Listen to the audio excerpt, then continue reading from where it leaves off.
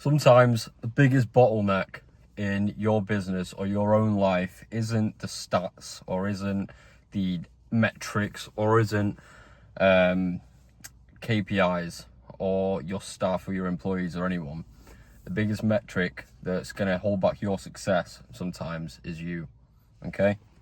Now, I've realized this countless times in my business, in my life, especially over the past year. Okay? Now, what I mean by that, don't take that as, oh, I'm worthless, oh, everything's wrong, everything's all my fault, oh, I can't do anything. No. It is actually the biggest blessing. It's the biggest blessing in disguise, okay? Because whatever you do, there's always an improvement to be made, or you can always be proud of what you've done, okay? Every loss, or every time you've done something wrong, or time something's not gone to plan, that is a time that I've realized that I can do better, okay? You beat yourself up around the mistake, and then you progress, and then you push forward. That's the only way that you actually improve, okay? You have to improve by making the mistakes. Now, with myself, the reason I bring this up is if you watch my other videos talking about my journey to business, starting my sales agency last year. In the last year, I built a very, very big sales team to 35 people. I would have cashed my first £1 million. I was telling everyone, oh my God, I was telling everyone I'm going to be a millionaire this year. I was telling people around me, family, everyone, because I was so convicted. I so believed it myself. And on paper, when I was counting the profits we should have been making every week from the deals me and my team were doing, I should have been a millionaire. My team should have hit six figures themselves as well. And then there was issues in the industry, and there was issues with our installers. We sell boilers and insulation, those kind of things, and the deals didn't install. Okay. Now it's January 2024. Out of 1,400 deals that we made, about 60 of those deals have installed. Okay. Now it's all fine, me sitting here and saying, oh, the deals didn't install. All right, well, it's the installer's fault, and it's the people I was working with fault, and it was all the industry crashed. It's not their fault. Whilst it is partially to do with that, they were the environments and they were the circumstances that I was handed, the cards that I was dealt. The biggest bottleneck in that situation with me as the leader, as the owner, was me, because there's something that I could have done better. I had a boss, well, not a boss, but one of the clients I was working with a marketing agency that was processing all of our leads and was responsible for getting those leads installed. It's proper selling me a dream. So from February, we were putting the deals through. They should have been installing within April time, May, June, July. And I kept getting this promise like, oh, by June things will be better. By July things will be better.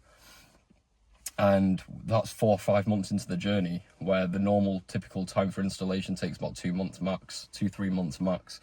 So me, as the owner, I should have realised that sooner, okay? I should have realised, right, this guy's chatting shit. They're actually not that competent. They actually can't get the job done.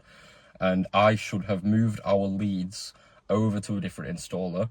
I should have made sure those deals got fulfilled one way or another. But because I had so much faith and conviction in the person that was telling me all this stuff, and low-key got manipulated, the deals didn't end up getting installed. A lot of people didn't make the money that they were supposed to make, including myself. I've lost hundreds of thousands of pounds from making this stupid decision, okay? Now, I can sit here and cry, and I can blame the metrics, I can blame flipping the installers and all that stuff, but the only way I'm actually going to improve and not make that same mistake again is by accepting that it was my fault. It was my responsibility to get the job done. I didn't get the job done, and that's my fault. And so many people, they want to cope. They don't want to tackle the issue head on and admit that they were wrong and it was their fault and their responsibility that things didn't happen. Even the people that I was working with, they should have taken more of an approach to get the stuff installed so that we were happy, they were getting paid, and we were all getting paid. But they didn't, and neither did I. So we're both at fault there. Now, enough of the kind of backstory. Let's go more into how this can benefit you in your daily life. What I've realized is that every single time anything good happens or anything bad happens, I accept full responsibility for that. And that gives me the freedom to then change the outcome, whether I'm reinforcing a good behavior that I've done or I'm punishing a bad behavior that I've done, and I'm not going to do it again. And that is what is going to allow me to become truly competent, truly the best version of myself. Okay, now there's been a few days over the past couple of weeks where I've been very low energy, and I've been making excuses in my head, excuses as to why I'm not getting all the tasks done on my list. I make a big tasks list every night. Sometimes I've not been getting those tasks done. This video, if it was a normal day, I wouldn't be making this video because it's 9:30 at night. I've just got back from the gym, my second session of the day, and I didn't want to make a video in the day because my whole family were in my house, and I was thinking, oh, what would they think if I'm making this video? Or what would they think if I'm making any video? What are they going to think?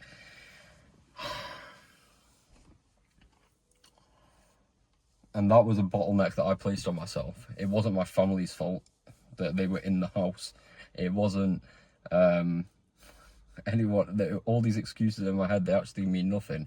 The biggest bottleneck was me and my own mind not getting things done. So something I'm going to do from now on, I've always preached this, but sometimes you go through little bouts of mental resilience, mental strength, and then bouts of a bit more weakness, where you make more excuses and accept more excuses. So now I'm back to making no excuses, and I'm going to be getting a lot more done as a result. When you accept that life's burdens and responsibilities fall only upon you because you're the only person in charge of your reality, that's where you get true freedom, okay? Now, I'm not going to sit here and waffle for too long. It's just something I've learned today, something that I'm going to reinforce from now on. Update on the installer situation and all of that. I've now taken the steps to make sure that our deals do get installed. They will get installed, and things are going to be looking a lot more promising this year. I've made the goal to make my million.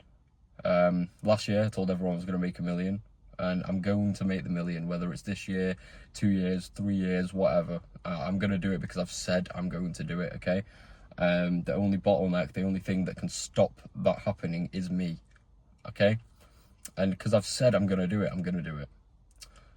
And I want everybody, I want to document this on this channel throughout this period of time, because I know that a lot of people watching this, you might have similar dreams, and you might have doubts in your mind, and you might have people around you who may not believe that you can achieve those things.